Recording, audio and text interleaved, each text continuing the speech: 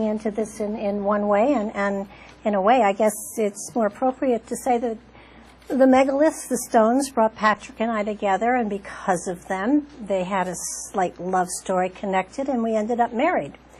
So rocks can do a whole bunch of different things in your life if you give it a chance. Patrick had sent to me a very short clip of the stone chambers, and he said, "Do you know anything about these?" And because he's such an expert in the field, I was surprised, intrigued, and thrilled that I had one up on him. And I said, "Do I know anything about them? I live in the middle of them." So when he decided to come east, the flicker of interest in the stone chambers led and opened us to curiosity. And both of us are people who can't avoid curiosity. It seems to find us, and the curiosity led to fascination, and that led to intrigue, and then we became enchanted with them. We fell in love with them, and I happen to love gemstones, but rocks were not exactly one of the things that drew my attention or fascination, but now they do, because they have a magic to them, and the magic seems to have wound its way around us.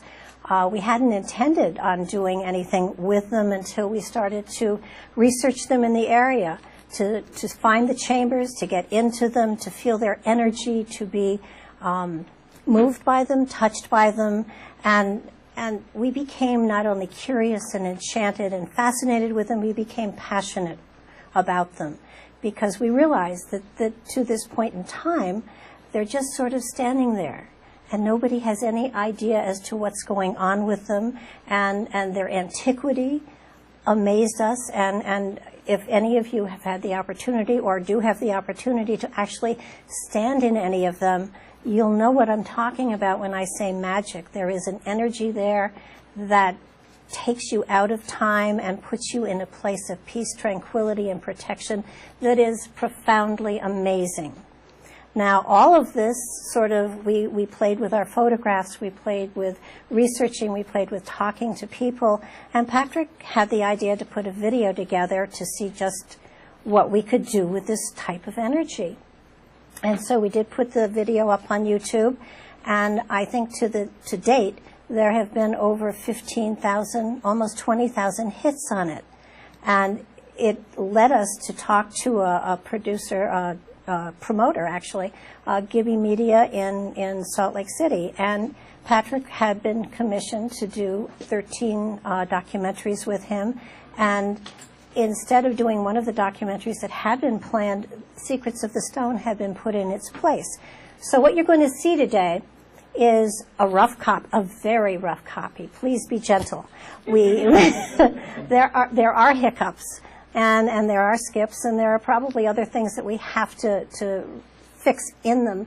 But this is the sort of the baby, the seed to what will become a documentary in a 13-part series. It's called Destiny of Man, and if you want to check out the website, it's destinyofman.tv, and it's for the cable channels, History, Discovery, and probably National Geographic. So that we rolled into this was magical.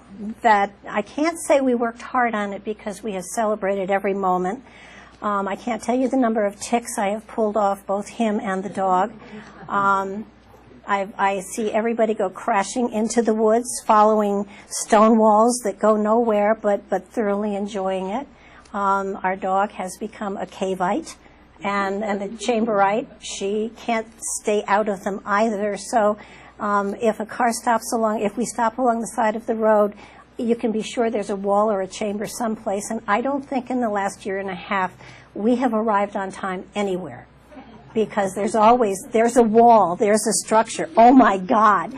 And you'll get involved in it too. You'll find that things that you didn't notice before, you are suddenly noticing. And these are, to me, silent sentinels of times long past. And there's magic here. And I don't know what the magic is, but I do know that it has certainly aroused a new interest and a new energy within my life. And it enhances everything that I see and touch. And it's something that I am passionate about. Patrick is as well. It has changed our lives, and hopefully it will change yours and everyone who sees this as well. So, without further ado, I'm going to turn this off, turn this on, and let you see our baby. And again, it's just a rough copy, but it does tell the story. Okay, this off. You can tell I'm not a computer person. Okay, Jason, what am I not hitting? Got it? Okay.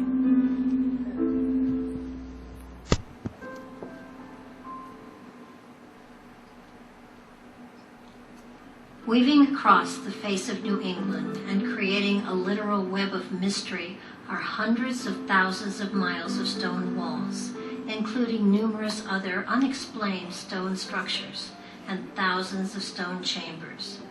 The chambers appear randomly, sometimes capping the ends of great stone walls or appearing to be built into the sides of hills. These megaliths stand silently, a testimony and a reminder of the antiquity of the area, but with no reminders as to their purpose or that of those who created them. The walls honeycomb the land, seeming to guide the paths of the roads they border, or at other times appearing to be randomly directed. They often define what seem to be specific areas, or appear to wander aimlessly through the remote forests. The most recent residents of these areas accept them as always having been there, and credit ancestors, indigenous peoples, early explorers, ancient cultures, or even glaciers as the creators. They are accepted as a part of the landscape, and as such their mystery becomes folklore, and the facts of their creation are hidden in plain sight. They are silent, ancient tracings of times long past, a testimony of a fragment of our history not yet recorded or acknowledged. Yet similar structures appear all over the world and have been chronicled and recorded for centuries in books and in literature. One needs only to stand in the presence of one of the stone chambers, to pause for a moment within one of them, to feel the antiquity and know that unusual means and methods were used in their creation. What has most recently come to light is the incredible number of these stone structures that are scattered across the landscape and are slowly being sacrificed to the expansion of a new generation, which is not mindful or focused upon preserving their own history. Countless numbers of the chambers, miles of stone walls, and other structures have been carelessly dismantled or altered with no regard to the antiquity they represent. The stone walls represent yet another aspect of the mysteries of the stones. In 1939, using data from an 1872 Department of Agriculture report on fences, it was estimated that there was a combined length of approximately 250,000 miles of stone walls in the New England area, a length equivalent to a single wall stretching around the earth over 10 times. The mass of stone used in the walls is greater than that from all the ancient stone monuments in the world combined. Utilizing modern technology, these numbers would clearly be increased exponentially. Because of the vast numbers and extreme lengths of the stone walls, most New Englanders are aware of their presence. They are obviously difficult to miss. Few, however, have any idea as to their purpose, or for that matter, who actually created them. They have been described as boundary markers, stock fences, and property demarcations. What escapes reason and understanding is that they are often random, close together, and without direction, starting and stopping for no apparent reason, going up hills and across ridges, in areas that could not have been planted or used for grazing or agriculture. Often closely connected to these walls are other unusual structures, most notably thousands of stone chambers scattered across the landscape.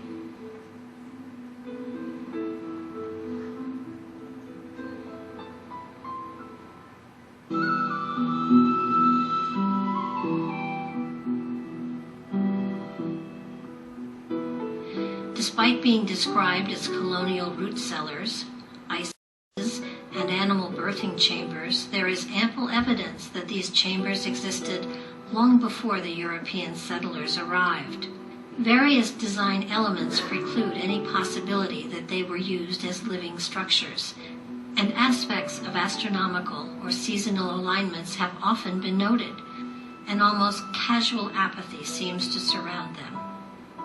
Beside the stone walls and chambers, there are several other stone anomalies, including subterranean structures, stone circles, standing rows of stones, balanced rocks, stone piles commonly known as cairns, and several other strange structures, possibly even including dry stone constructed bridges.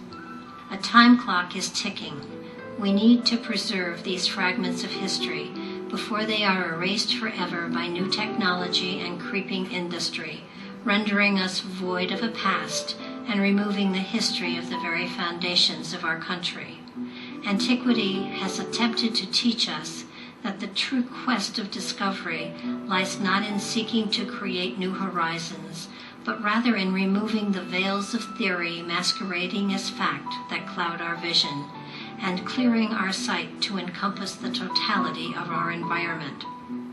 Although New England has the greatest preponderance of stone edifices in the world, scattered across the globe, there are examples of similar structures. Other countries far exceed the United States in their attempt to preserve history. It is important to restate here that the stone structures of New England comprise the largest collection of stone structures in the world.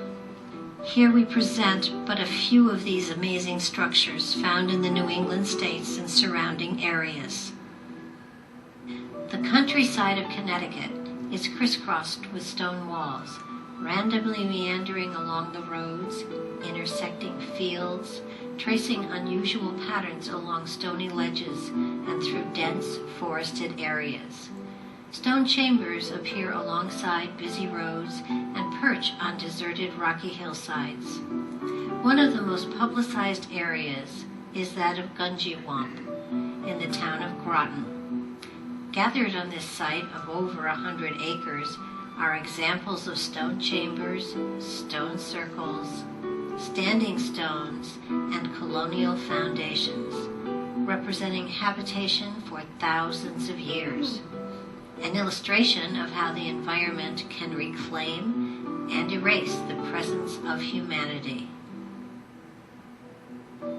Massachusetts as well has an amazing collection of stone structures. From the unusual collection of balancing stones in Lynn to the standing rocks of Lowell, these majestic stones stand as silent sentries of times long past, still at their posts, marking their place in time. New York State's historic Hudson Valley Basin holds the largest documented number of stone chambers and walls to date. Dozens of chambers are right along busy highways, while others are sheltered in the abundant forests that are a part of local land trusts or state and national park systems. These areas have attracted interest in the past decades because of the unusual number of chambers that have been found in such a concentrated area. There have been books and pamphlets focused on the chambers and walls, and a very few dedicated individuals have tried to draw attention to these unusual structures from out of time.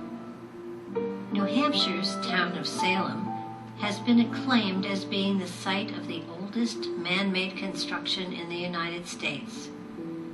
Called American Stonehenge, this site comprises roughly 30 acres and is a collection of chambers, walls, standing stones, and other stone structures.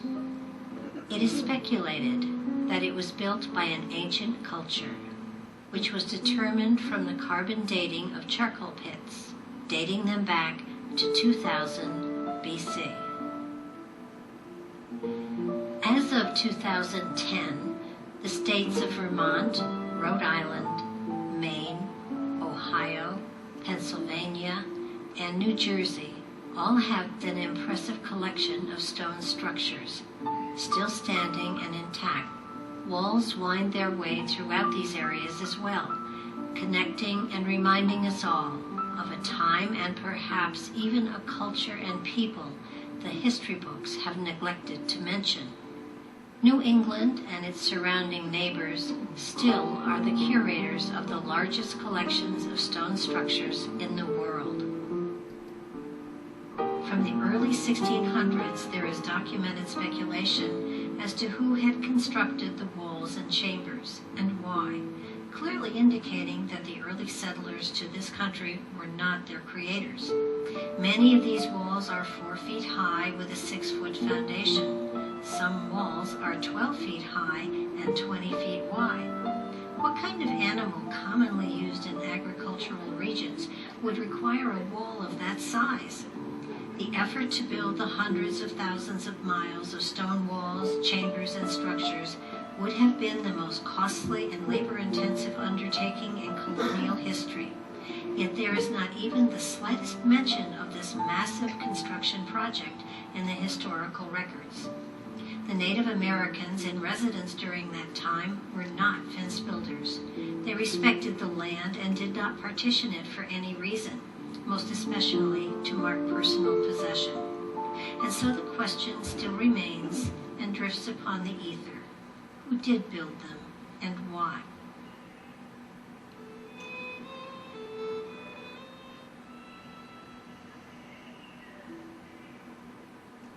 A most interesting point to ponder.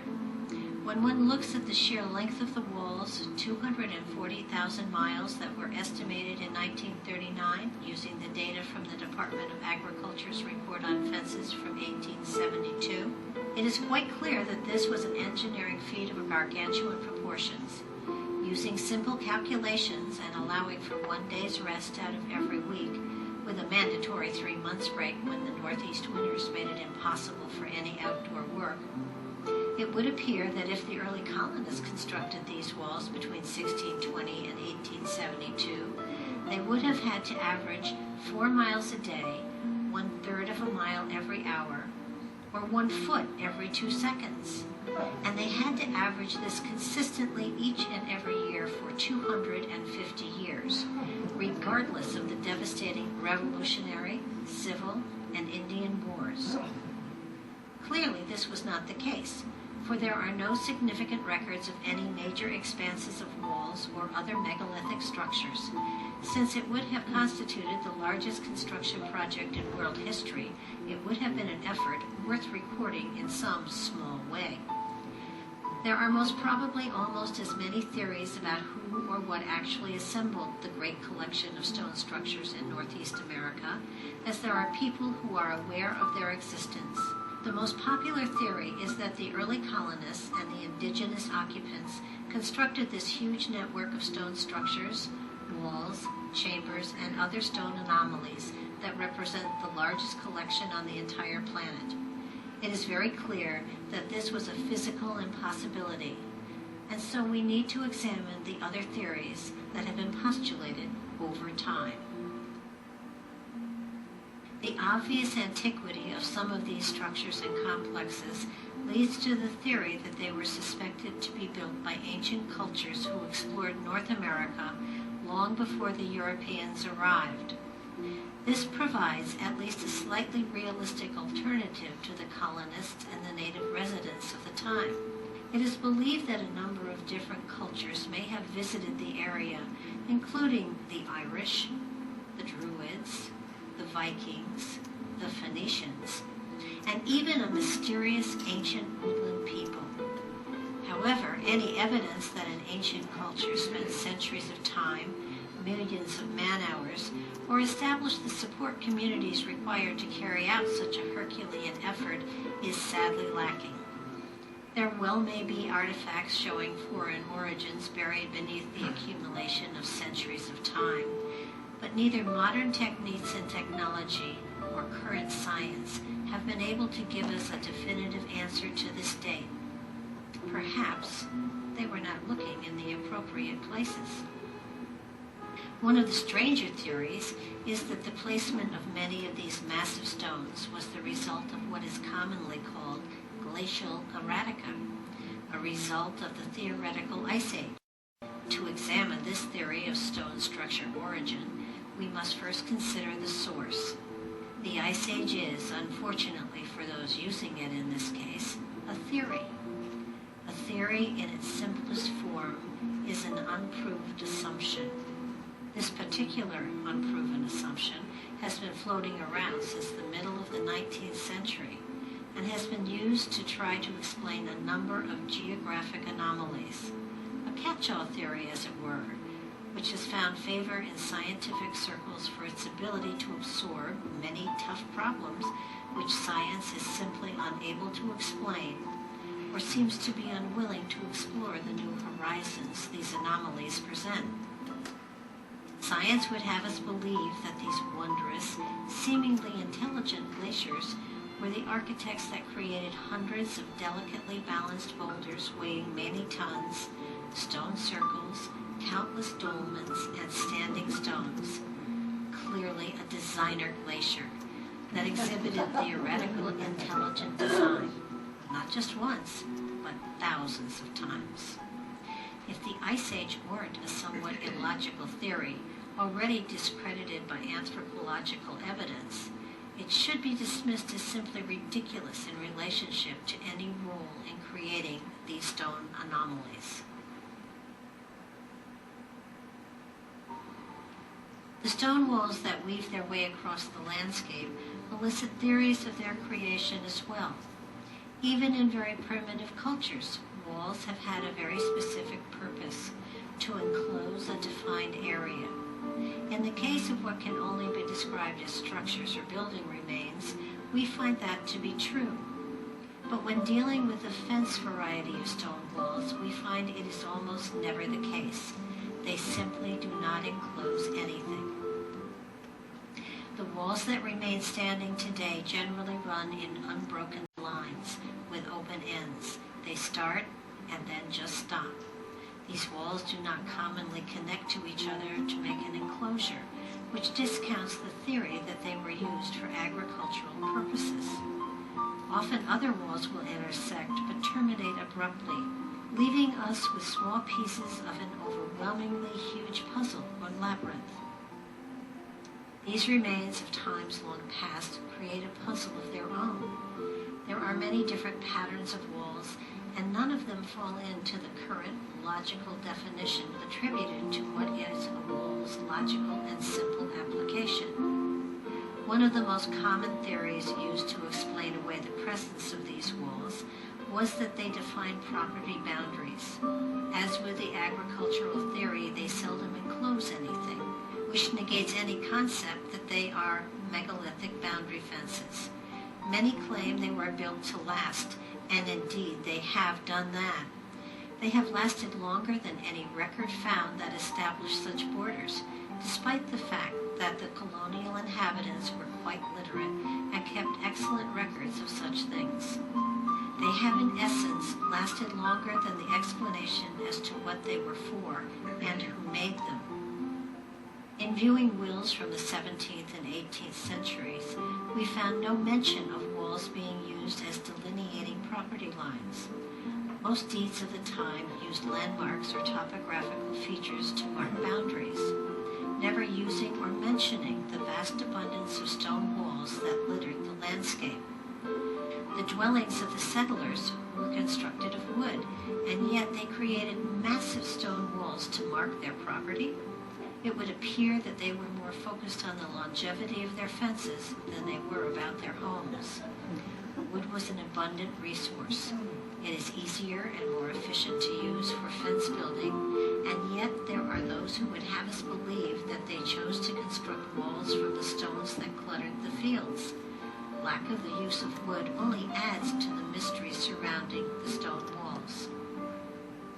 There were many strange occupations in colonial America, including measurers of wood, viewers of bricks, and of course, fence viewers. After studying many cases, nothing could be found about inspections of what should have been their main concern, stone walls. Considering you could almost not look in a 360-degree arc without seeing one or more stone walls standing anywhere in New England, this is a grave oversight, to say the least. It is almost as if these massive structures were seen as part of the landscape, rather than having any specific purpose needing official attention.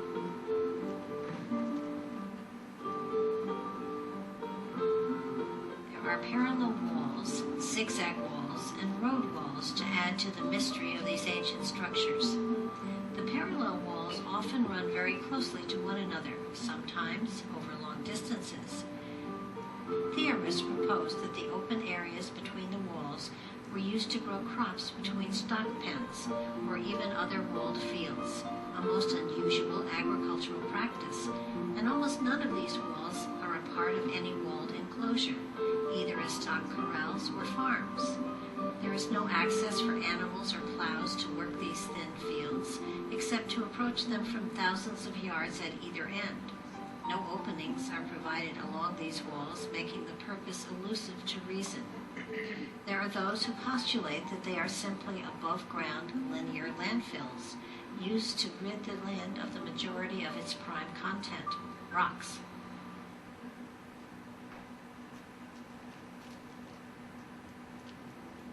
Why then do we still find an overabundance of rocks in the land around these supposed rock depositories? Did they just give up trying to rid the land of rocks by building stone walls thousands of times? There are those who even claim the reason we find more stones is that the rocks literally floated to the surface of the soil after an upper layer of stones has been removed in just one growing season, suggesting perhaps that the land was more conducive for the production of stones than a food crop. Lack of logic and reality are no stumbling blocks when it comes to these theories. Frequently, there are stone walls that border roads for countless miles, broken only by modern technology as it has erased sections and interfered with the symmetry that once was there. Individual homes have intersected the walls just to provide access, while the walls just flow forward. The roads are meandering with few straight stretches, often appearing to be cut in trenches between the walls. And for the logic and reality challenged crowd, there is another irrational theory, that for some yet unexplained reason, the road builders built the walls as a nice border for the roads. One has to wonder why more effort was put into the building of the walls than the construction of the road itself, and further, did the walls follow the roads, or perhaps the more logical question, did the roads follow the walls, which seem to be far more ancient in origin?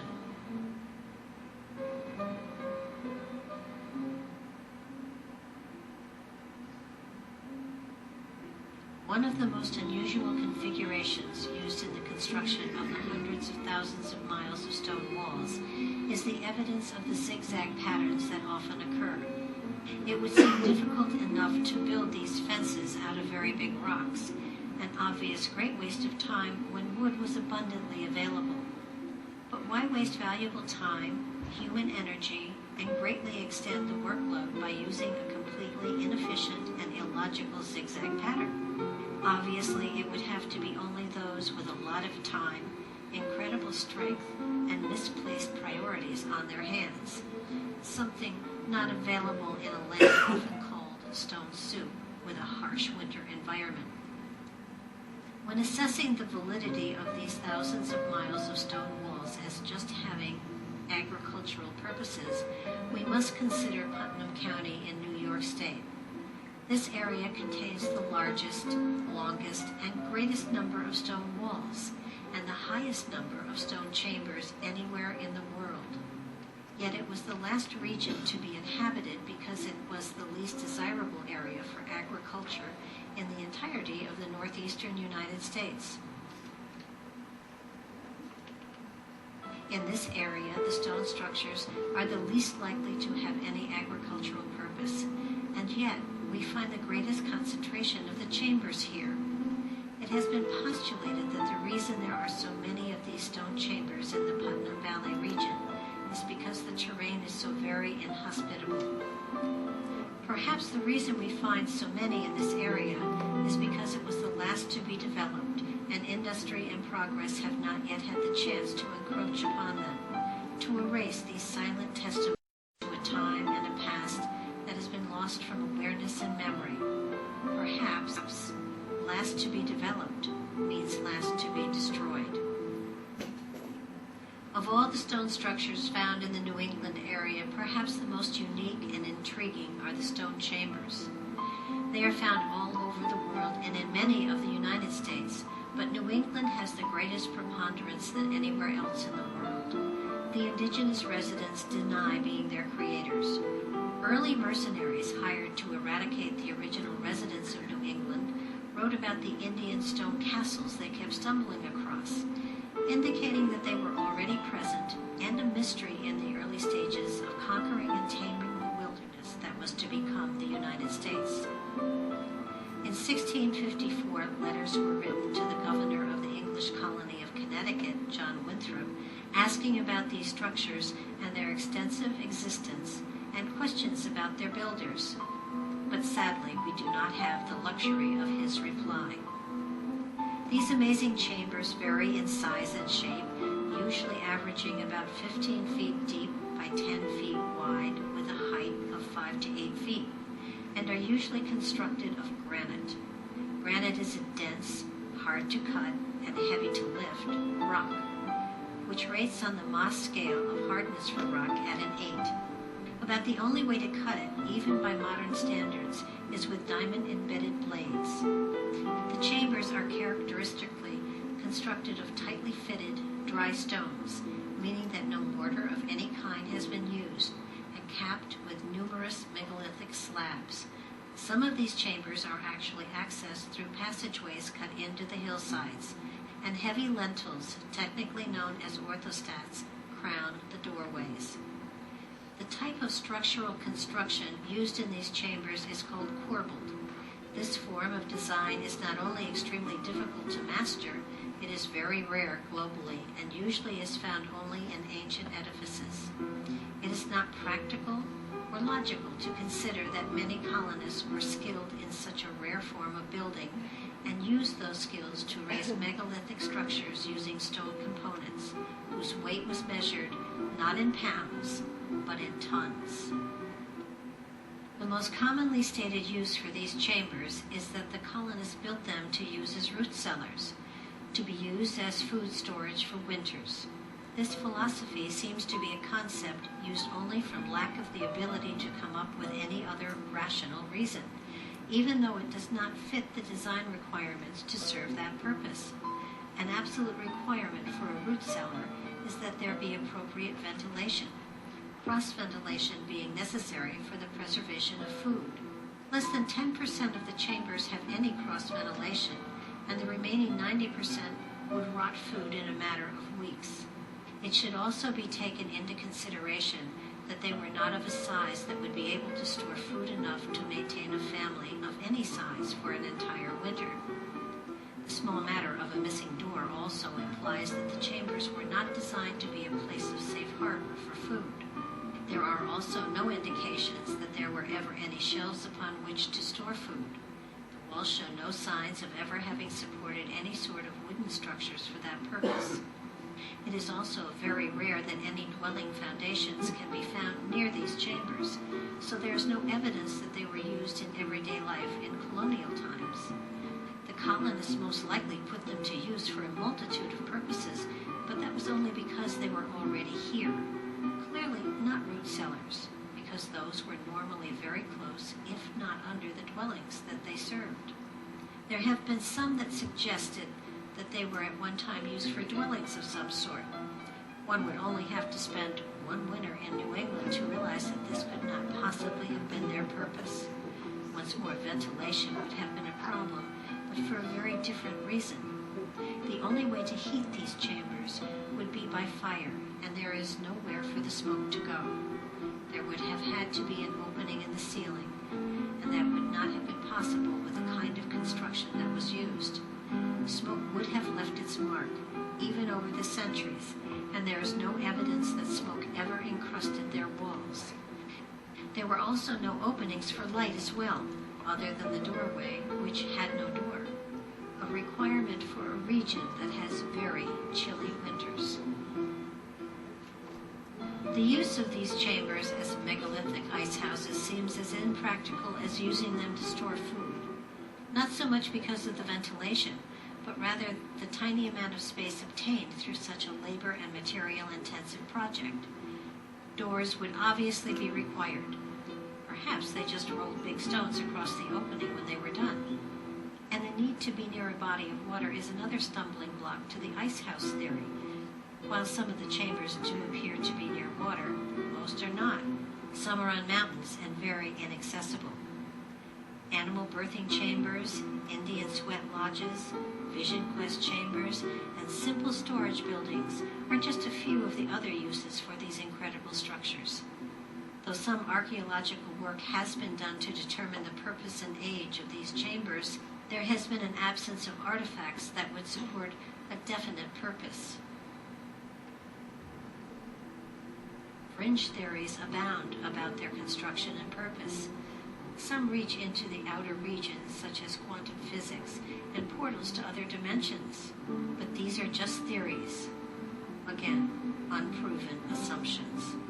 Many believe the stone chambers will always remain a mystery, lost in time, but time just might reveal some answers to those who are really listening.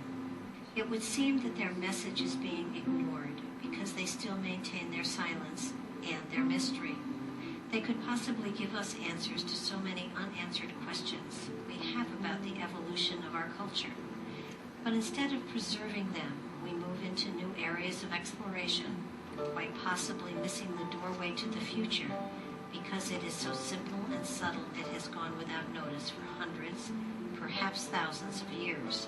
It is indeed unfortunate to consider that a vast majority of these New England stone chambers have been torn down for their stones to make way for parking lots, repeatedly vandalized or otherwise dismantled, destroyed, or for want of a better word, desecrated by those who are focused upon progress while they sacrifice monuments of time through ignorance, greed, and apathy.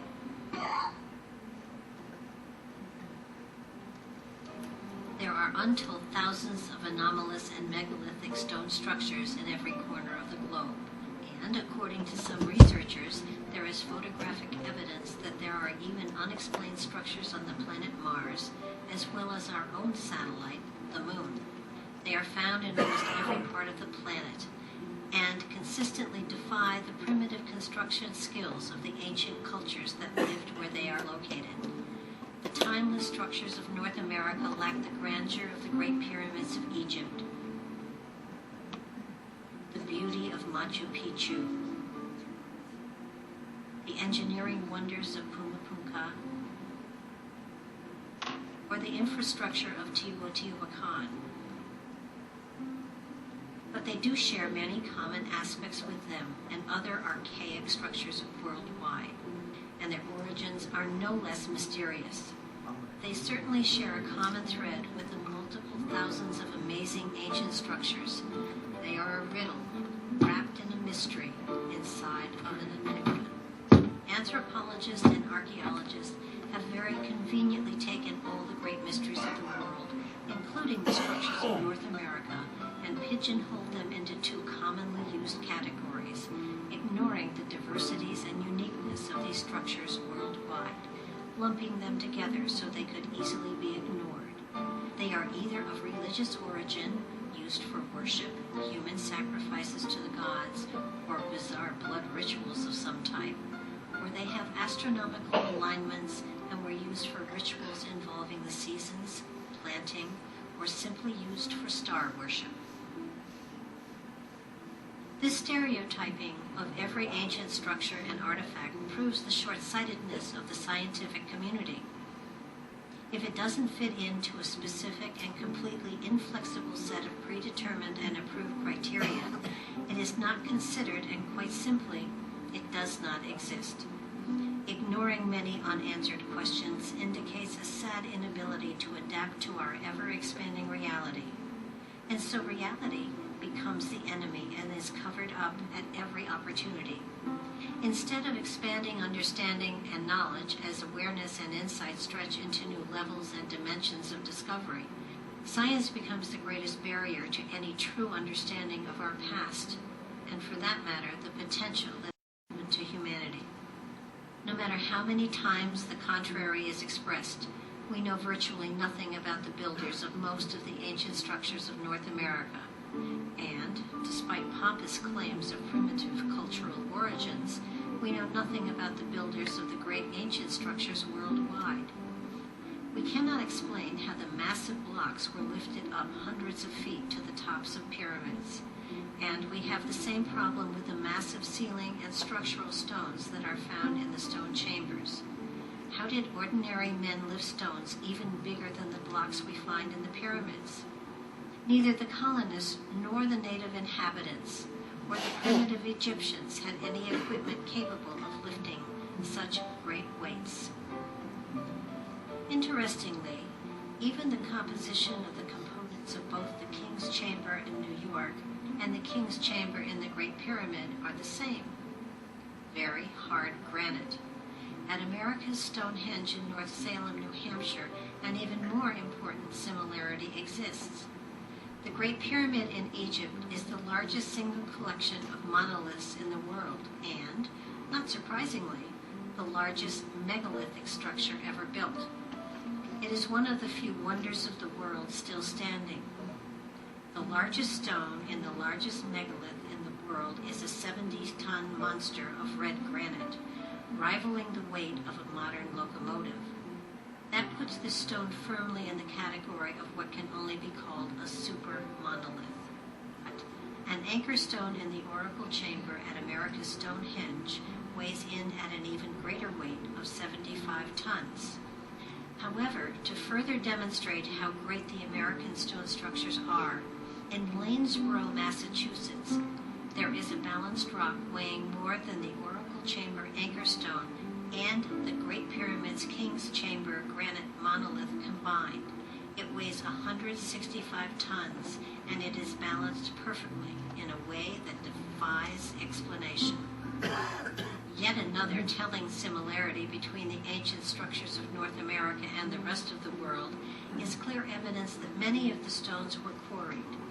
There are what appear to be saw marks, right angles, and drill marks that are clearly seen on many of the monoliths in chambers and structures in North America, as well as those worldwide. This could be seen as evidence of fairly modern work, but only if one ignores that many of these stone monoliths and masonry work are granite.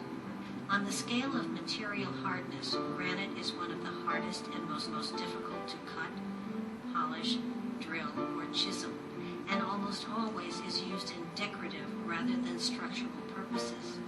Drill marks and holes in and on the stones of America, Egypt, and Mesoamerica were made by hardened steel alloy bits or technology lost to time, not bone or copper tools as science would have us believe. No single stone anomaly is more intriguing or mysterious than a perfectly balanced boulder weighing over 100 tons. Amazingly, many of these have remained fixed in their seemingly precarious positions for centuries. Some have even been known to rock until they very simply settled into a static state, while others have been reported to sing when struck. One can imagine playful giants challenging one another to see who can balance the biggest boulder. Although the glaciers are said to be the balance masters, logic dissipates that theory as laughable. No, these wonders of anti-gravity did not just magically appear. They were definitely, very deliberately placed, but no logical reason other than just the pleasure of balancing something very big or nature art comes to mind. Who is big enough or powerful enough to accomplish such a Herculean and seemingly impossible task? Only one of two conclusions can be drawn in the case of how these stones were cut, polished, grooved, drilled, chiseled, and moved We could consider that they were created by ancient, highly advanced cultures from other worlds or dimensions with technology, skills, equipment, and tools that rival and actually exceed our own modern technology, and then left the planet leaving their handiwork behind. Or that they were ancient human cultures with amazing technology, equipment, and tools that were destroyed so effectively or buried so deep that not even a single hint remains. And the only evidence of their presence are the monuments they left behind, scattered across the face of the globe, standing as a testimony to the greatness that once was and could yet be again.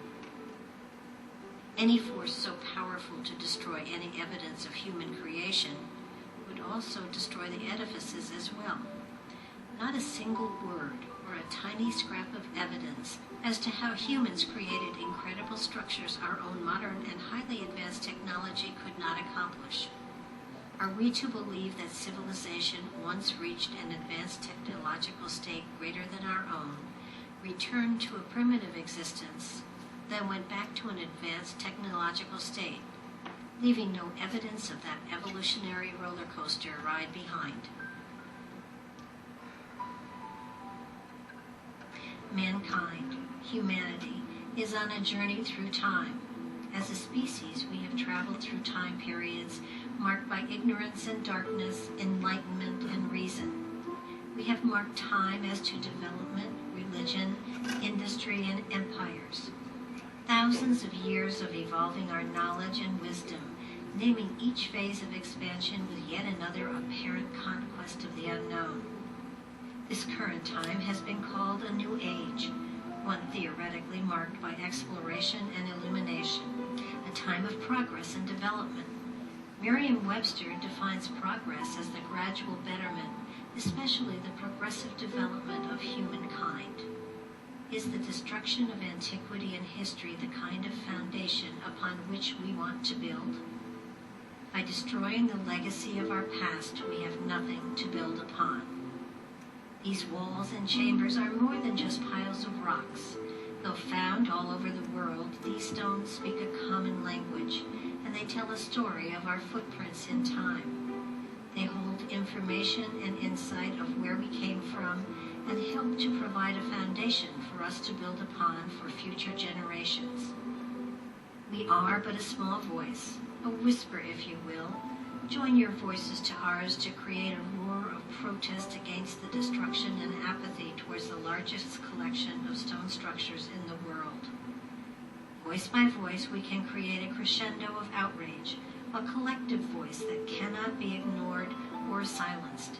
Together, we can halt the erasure of the tracings of our past from the landscape, and perhaps, in time, truly learn the secrets that they hold for us.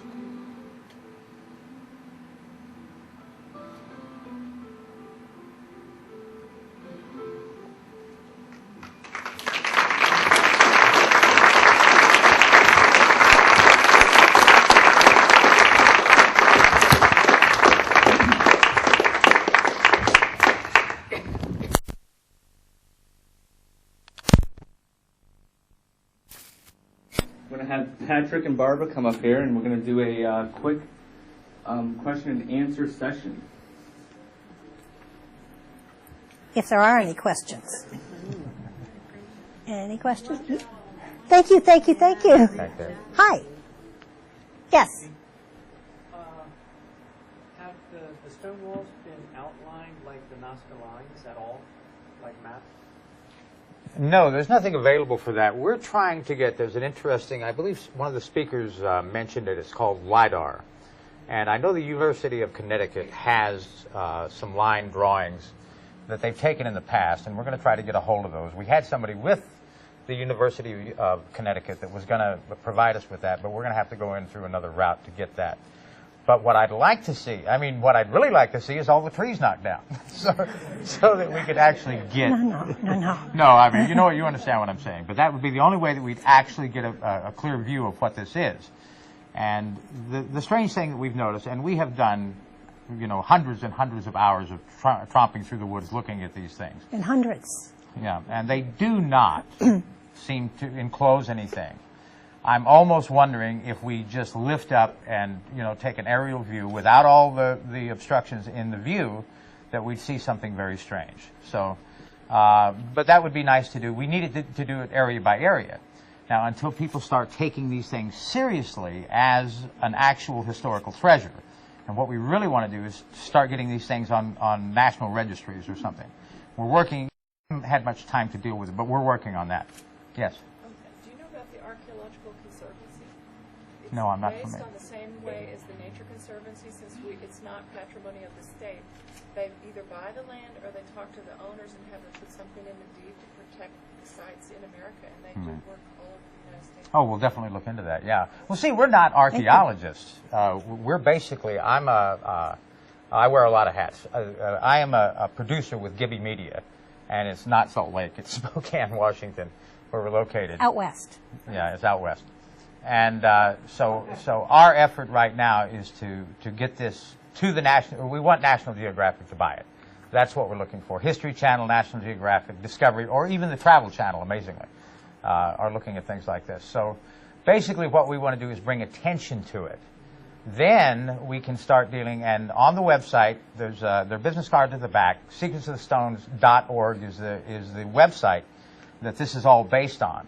And on that website, there is a link where you can go, I believe it's boatsmart.org, where you can go and contact, it'll give you all the information on all your representatives, and pretty soon we'll have a sample letter up there so that we can possibly start beginning to get this under a national registry. But we've heard some things here that have been very important in that line that people are actually doing, so that's very important.